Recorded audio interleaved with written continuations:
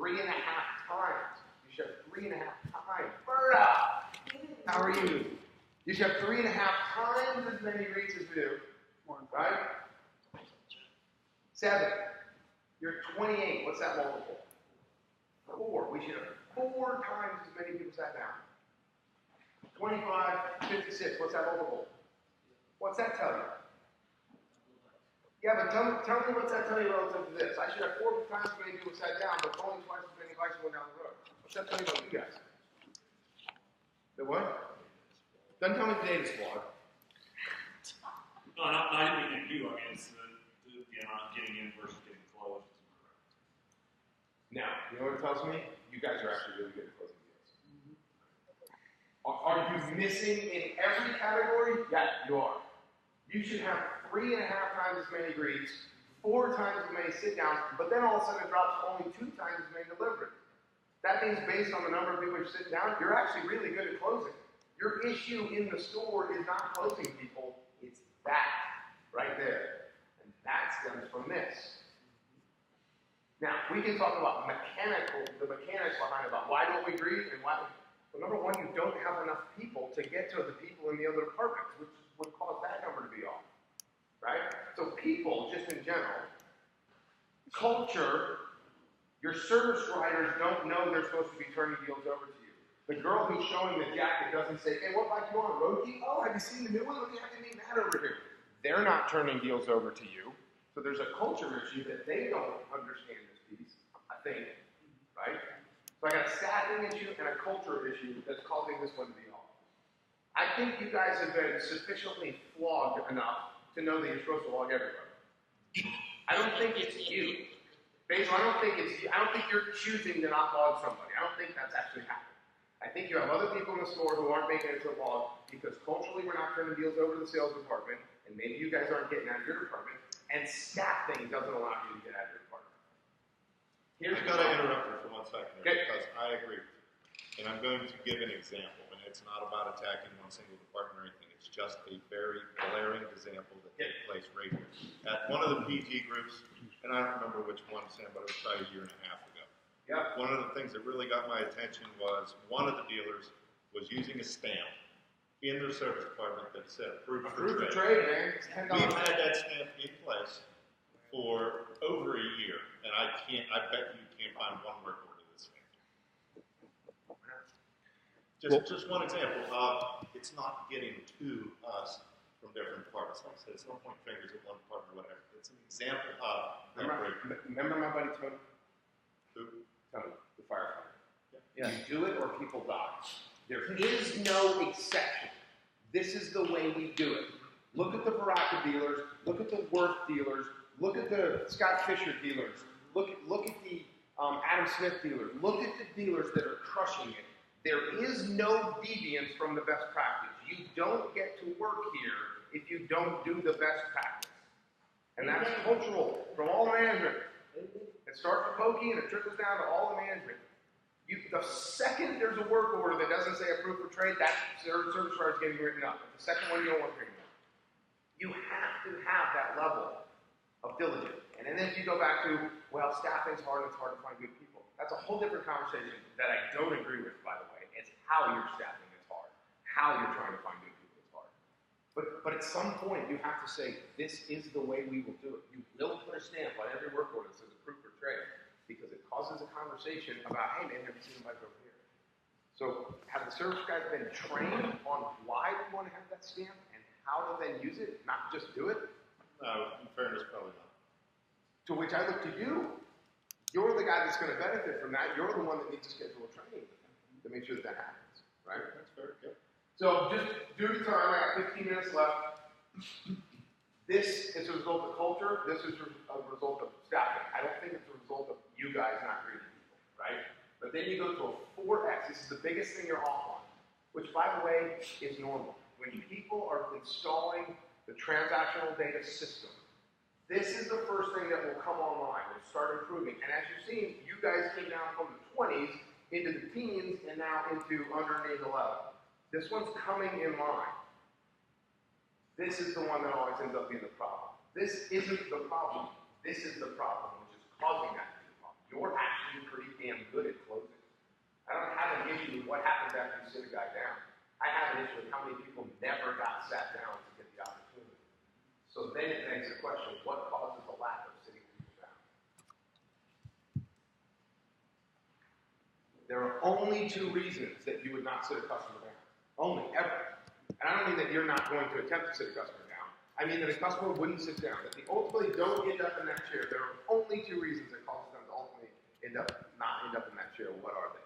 You know what they are. You didn't ask for it.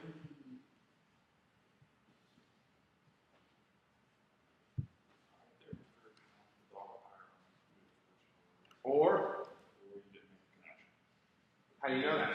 How do you know I didn't make a connection? Obviously, you said no. I didn't sit him down. Before. I could have made a connection, and then didn't sit down. Well, I don't know. How do you know? They didn't buy into what you were offering. They didn't believe in what you were saying. So you're close. You're giving me a sub-bullet point to the main bullet point.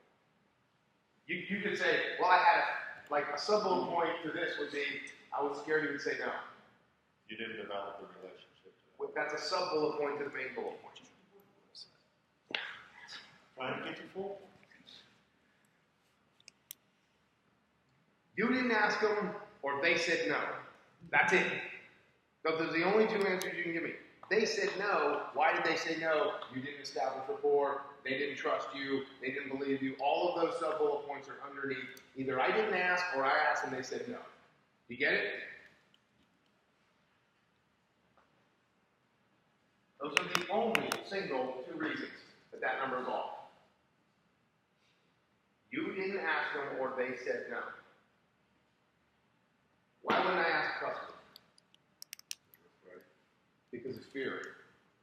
Fear is the number one reason that we didn't ask customers. Which, by the way, remember I told you Polk Industries plus MIC data? I'm going to rattle off some Polk Industries data for everyone when they come in here at 10, but let me just give you one off the sheet. Remember, Polk Industries, Polk is interviewing people who bought a bike. MIC is telling us statistically what happened in the industry. Here's the story behind this. Polk Industries, interviewing people who bought a bike. Salespeople only ask people to buy a bike 47% of the time, and 80% of the time it takes 5 attempts at closing before they say yes. Just consider that for a second. We're only asking half of one time, and it takes 5 times.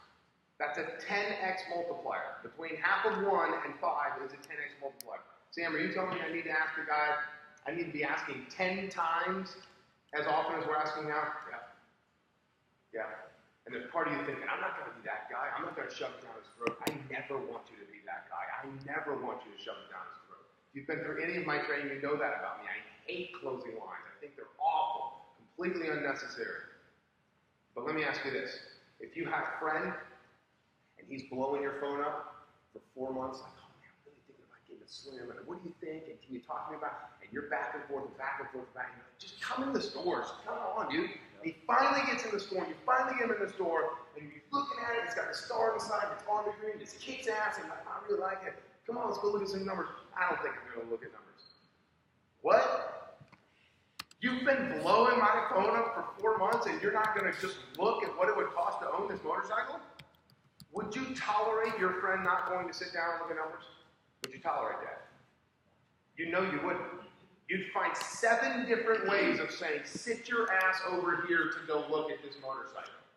I didn't say you had to buy it, but you're damn sure going to look at numbers because you've been harassing me for 4 months now. Like, come on, sit your ass. You'd ask again, again, again, again, and again. And it wouldn't take 10 attempts because you'd ask the first time, but you probably would get to 5 in a heartbeat without even thinking about it.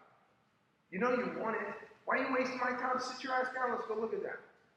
So why don't we do that with our customers? And the only answer you can give me is because you don't have that relationship with a customer. You can't talk to them like that. You can talk to your buddy like that. To which my next question is, why not? Why don't you have a relationship with him? And the answer that I get across the country is because you think he's buying a bike. And I go back to, he wants to belong. Right above food and shelter is a human need to belong. That's what he wants. Stop thinking it's about a widget. It's about belonging to the team called Harley, to the team called Steel City, because he doesn't have a team. He doesn't have a belongingness. We grow up as adults and we wonder, like, where did our little cult group gang that I used to hang out with go? Where did my buddies go? Where did my fraternity guys go? Why do you think people join Rotary clubs, running clubs, triathlon clubs? To be part of something. Because they don't have it in their lives. You'd never tolerate your friend not sitting down with you. You'd ask them a million times. So why is it that 47% of the time we ask a customer to sit down with us? And the answer is because we're afraid. And we're afraid of what? Rejection. I'm afraid of you saying no? As a grown-ass man, do you think I care if you tell me no? Yes. Because humans are emotional creatures, and that really sets the tone for today. We're not logical creatures. Logically, it doesn't make sense that just because you said, I don't want to go sit down with you, that totally hurts my feelings. Right? Shouldn't. I know statistically, 9 out of 10 people are going to say no, but why did it hurt my feelings? So what happened? You didn't ask. And why didn't you ask? Because somehow in your brain, it just didn't feel right. I prejudged him. I didn't think he was a buyer. I was scared he would tell me no. I didn't think we had the right bike. He didn't look like he had any money. He told me he didn't have a down payment. Whatever. The answer is it didn't feel right to ask, so you didn't.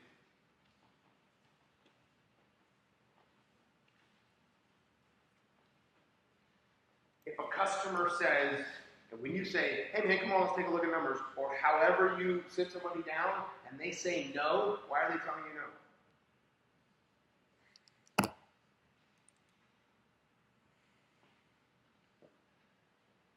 Fred, why are they telling you no? Could be multiple reasons. Nope, it's only one. Look, did you follow my flow chart? I built that flow chart for you, Fred. There's only one reason they said no. Everything else is a sub-bullet point to that reason. Didn't feel right. Because I didn't trust you. Didn't feel right because I don't have that kind of money. Didn't feel right because I thought you were shady and you didn't get to know me. Didn't feel right because I'm not from Pittsburgh. I didn't feel, whatever, it didn't feel right. Guys, I'm a huge fan of take things down to the nuts and bolts. Go all the way down. My brother designed stores for Home Depot for 15 years. And he would use AutoCAD, and I'm like, how do you do that? And he's like, at the end of the day, it's just a fixture that they're going to put some stuff on, and the fixture goes in that department, and it goes over there, and it goes over there. And you look at a beautiful several $1 million home, and you can take it all down to nuts and bolts and lumber and concrete. Take it all the way down. The human condition is that it has to feel right for you to want to ask them to sit down with you, and it has to feel right for them to say yes. Everything else is just smoke and mirrors and fluff. Product knowledge and bikes, and here's a table, and sit at a round table versus a square table, garbage. If it feels right, they'll sit on the side of the interstate with you and do a deal with you. Which is why all my training centers around how do you create a customer experience that feels right. I don't care about your word tracks. I don't care about when you push the bike to the service department. I care that it felt right the whole time. This is the problem with this. Your sit-down percentage, the reason this is off is because this, and I promise you it's the same issue in the whole store. The only issue in the store behind why aren't our line items per ticket up in the clothing department? Why isn't our parts and accessories per repair order where it should be? Whether it is or isn't, I don't know. But any deficiencies in the store, is that right there, just need to go right to the customer. Why? Because humans are humans and we go off the feeling, not logic. Pokey, does that cover this transactional piece? Are you guys clear on the transactional piece and why we track it and why it's so incredibly important? Yeah? Well, I think also too, the other thing, and Matt touched on, is I think that when it comes to staff, there has been a number one fear with everybody here that if we bring in more people, that they think they're not going to eat. And it's not the case. If we bring in more people, the staff will be, their pie gets bigger. And it does that. And I know everybody's emotions that we talk about, it all revolves around money. It feels about money. I get that. Yeah. I think too, on top of that, Pokey, is there's a fear, and I think Sam definitely alluded to it whenever he was talking about Tony and process and procedure, is that there's absolutely a fear, and I think it's amongst employees in general, anybody, doesn't matter at what level or what have you, that if you bring in more staff and you stick to your guns as far as process, it's absolutely going to, for lack of a better way to put it, thin the herd of the weaker. Good, get them out. I know that, and I know that was going to be your response, and that's why I'm saying. And the other thing to Because consider it too. needs to be said, right? Yeah, and the other thing to consider is nobody's going to be losing any sales. You're doing 10 to 12 to 14 per units per person right now anyway. You're still going to do 10 to 12 to 14 units per person. None of that's going to change. The ability of what will change is you're going to get that greet number higher, and they're going to be more quality greets because you're going to have the time and the availability to spend more time with each customer that you're with, therefore gaining more relationship, therefore making it feel right, to get them to say yes when you do ask, to get those down, therefore more margin on the table to get a better deal. Now, that's where payroll structure comes back into play, which we can talk about later, but now start paying on payroll. I don't know how you pay now, but if you had payroll into the pay, or margin into the payroll, now you're still doing the same units with higher margin, everybody wins. And you can bring in 3 more guys and not affect any of it. Totally agree. And just so you know, here's the next genesis. Here will be the next phase for you. You'll get the staff, you'll get cultural buy-in from the other departments who will turn over to you, and this number will come online. This is the next step. This number will come online as that one slowly creeps down. But then you're wondering, why is that number in line and that one still so far off? And the next conversation we'll be having is the integrity of the greeting. Not just logging someone for the sake of, yes, I talked to them and got them on the traffic log, but getting them to a place where they're comfortable at least looking at numbers with you. That's the next step of this entire process. That's something I want to touch on you with later. Okay, we can do that. And by the way, let me just hit on this thing, but before I do, let me just say to you guys over here who are freaking out about, oh, you're taking money if we get more people on the showroom floor. My philosophy on this and what we teach in the stores, if I have a dealer who tells me my payroll as a percentage of sales is high because I choose it to be that way because I'd rather keep my guys, my answer is, okay. As long as you know that it's high relative to the country and you're choosing for it to be that way because you want to keep your guys, cool, I'm in. I will not beat you up because your payroll is high if it's based on production and you have the right number of staff. I will beat you up if you don't have the right number of staff, and I will beat you up if it's based on guarantees. I want to pay people on what they produce, on what they do. And if you choose to pay a higher payroll percentage to keep your people on so that you don't have the issue of them freaking out about taking their pay, cool, dude, I'm in, good. As long as we're getting the unit counts that we need to be getting, as long as the store's producing what it should be producing, if you choose to run a high payroll, and we have some guys that do that, okay. So know that, guys, don't freak out about it. But let me just share this in with you. And I don't know when last time I don't think I've ever done this one for you guys. But this is fundamental. This starts our fundamental 9-step sales process. But this is from our Make It Easy Buy series from 2004. This is a major piece that's out of it. And you talk about who's coming through the front door, right? 5% of the people are laydowns. Can I have it? Can I have it? Oh God, look at the soft tail saloon. Can I have it? Can you get me financed? And we get so excited about the laydowns, which is hilarious to me because if there's anybody up here on the board that I can't get financed, who is it? It's the laydowns, right? But whoa, we're going to sit down and do the deal. You get so excited about that. Whether it's 5 or 7 or 3, can we at least agree there's a certain percentage of people who absolutely are going to come in and lay down if you can get them done? Okay? And if that's true, then over here there's a certain percentage of people who are never going to buy. Right? They're never going to buy. And I call them lunatics. They're bouncing around from your ATV back there to whatever. You don't even know why they're here. They're here to eat your hot dog and popcorn. 20% of the deals you're going to do are pretty easy. I want a Heritage or Road King, I don't know, then they roll down and put one with the other. 20% of deals are pretty hard. 2 weeks, 2 months, 2 years to put that deal together.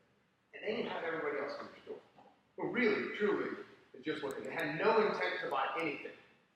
Right?